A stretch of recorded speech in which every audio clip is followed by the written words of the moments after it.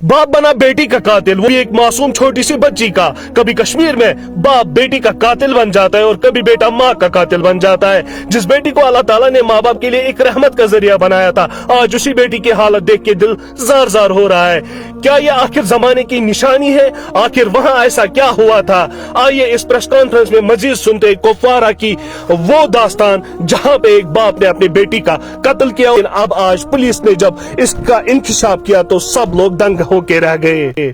बच्ची का जो है वो गला काटा गया है और उससे उसकी डेथ हुई है। बहरहाल रात का वक्त था और उसके दूसरे दिन जब सुबह के टाइम पोस्टमार्टम करवाया गया तो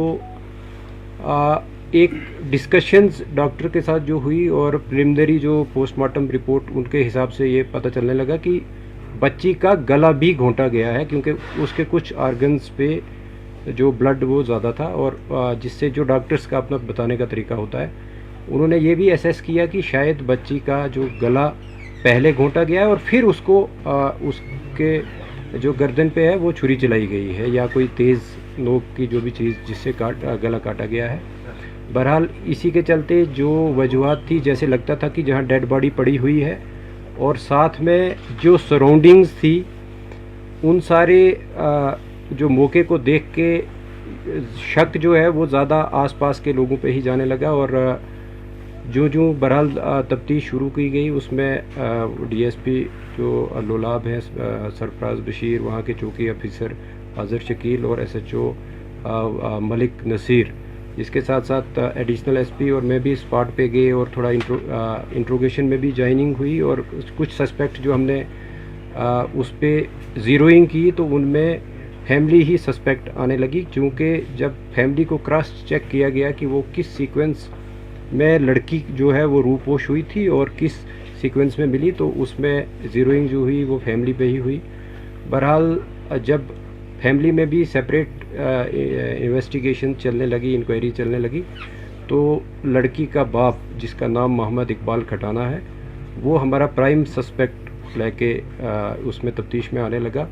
और जब उसको अच्छे तरीके से जब क्रॉस क्वेश्चनिंग और बाकी तफ्तीश के जो जितने भी मवाद हमारे पास थे उनसे जब कन्फ्रंट किया गया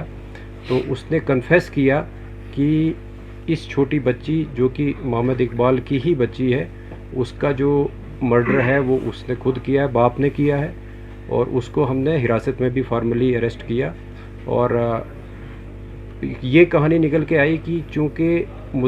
ये जो इकबाल जो है अपनी बीवी से पिछले 1 साल से इनके बीच जो काफ़ी पर्सनल इश्यूज़ को लेके लड़ाई होती रहती थी, मैं तू भी होता रहता था, इवन फिज़िकल असॉल्ट भी होता रहता था। इसी शाम को जब 29 तारीख को जब इकबाल चूँकि पेशे से एक ड्राइवर है, गाड़ी चलाता है सुमो, वो घर लगभग 4:15 बजे के करीब जब घर आया, उसके बाद उसने जो शाम के लिए जैसे गांव में होता है कि लकड़ी काटी जाती या दूसरे कोई और डोमेस्टिक काम जो है वो किए और जब 6 बजे के आसपास काम ख़त्म करके फिर अपने घर में पहुंचा तो बीवी के साथ दोबारा से उसका, क्योंकि उस सुबह भी उसका झगड़ा हुआ था और शाम को फिर से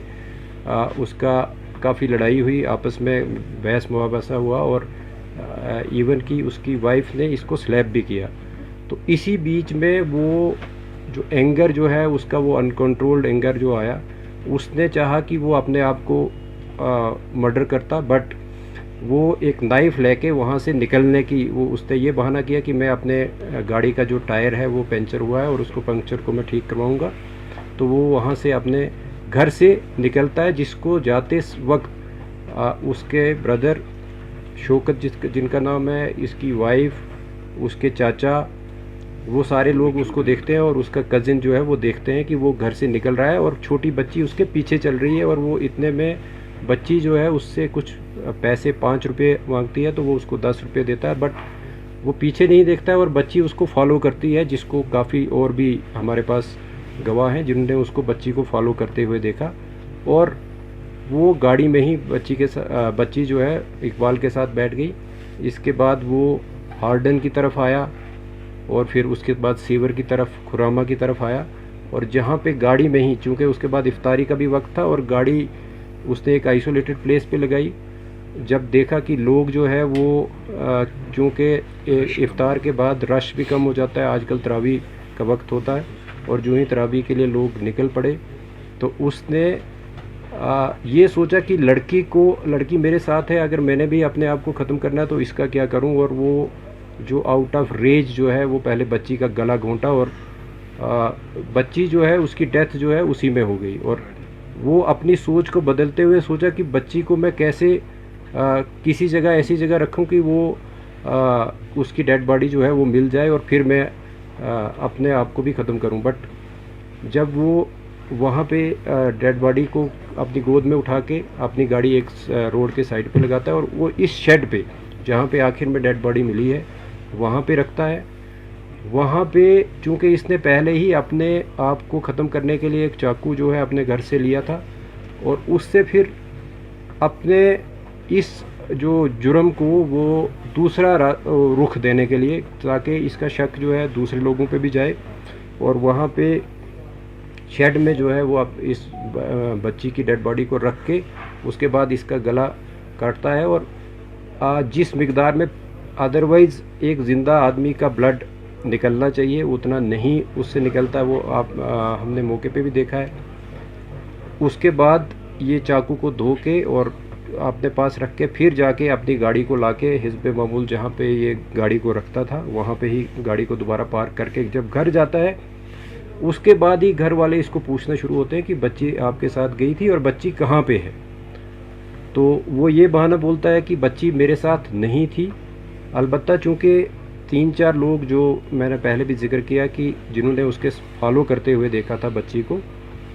तो वो भी उसको कन्फ्रंट करते हैं, और इस बीच वो एक और बहाना बना के वो दूसरे उसमें उलझन में अपने आप को जो ख़त्म करने की कहानी को छोड़ के दूसरे उसमें रूप में आके और बच्ची को ढूंढने के गर्ज से या उसको एक और दूसरी रूपोश वाली जो भी मोड़ देने के गर्ज से वो थाना में पहुंचता है, और वहाँ पे अपनी रिपोर्ट जो है वो दर्ज करवाता है कि मेरी बच्ची गायब है। लेकिन जिस बीच वो रिपोर्ट करने के लिए आ रहा होता है उसी बीच जब उसके घर वाले या दूसरे मोहल्ले वाले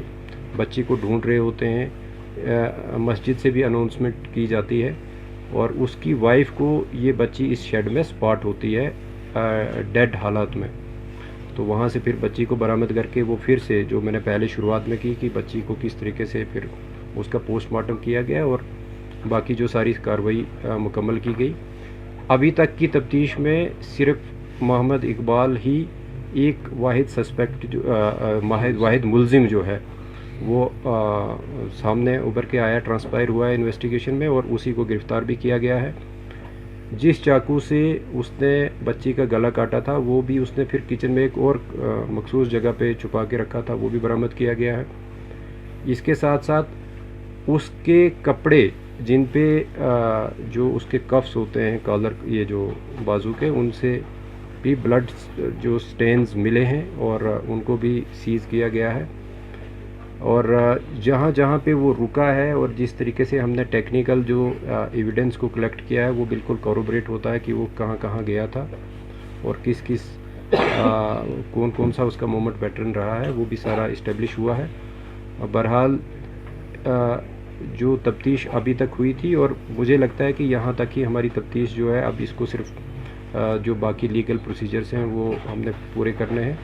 और जो इकबाल है उसको गिरफ्तार किया गया है। सर, इस साजिश में और कोई अरेस्ट हो सकता है? क्योंकि जिस तरह से डोमेस्टिक मियाँ बीवी की लड़ाई जो है वो मुझे लगता है थोड़ी बहुत नोक झोंक, बड़े लेवल की नोक झोंक हर जगह होती है। बहरहाल ये जुर्म जो है, क्योंकि मर्डर है, तो मर्डर में या तो इंटेंशन आपकी देखी जाती है या नॉलेज देखा जाता है कि आप जो काम कर रहे हो क्या इससे किसी की डेथ हो सकती है या आपकी पहले से किसी को मारने की गर्ज हो। तो चूँकि इकबाल ने जब गला घोंटा है अपनी बेटी का, तो उसको तो ये ज़ाहिरी तौर पे मालूम था कि मैं गला घोंटूंगा इसकी डेथ होगी। तो अभी तक की तफ्तीश में सिर्फ एक ही जो एक्यूज़्ड है वो इमर्ज हुआ है जिसका नाम इकबाल है, और जो कि उस बच्ची का जिसकी डेथ हुई थी उसका फादर है। मैं ज़्यादा नहीं बता सकता कि ड्रग एडिक्ट था या नहीं था, बट चर्स वगैरह पीता हो तो उसका हम नहीं कह सकते हैं। बट जो सिंथेटिक ड्रग्स वगैरह के हवाले से टेस्ट भी करवाया गया है, उसमें कुछ नहीं ऐसा आया है। क्या सर पुलिस के पास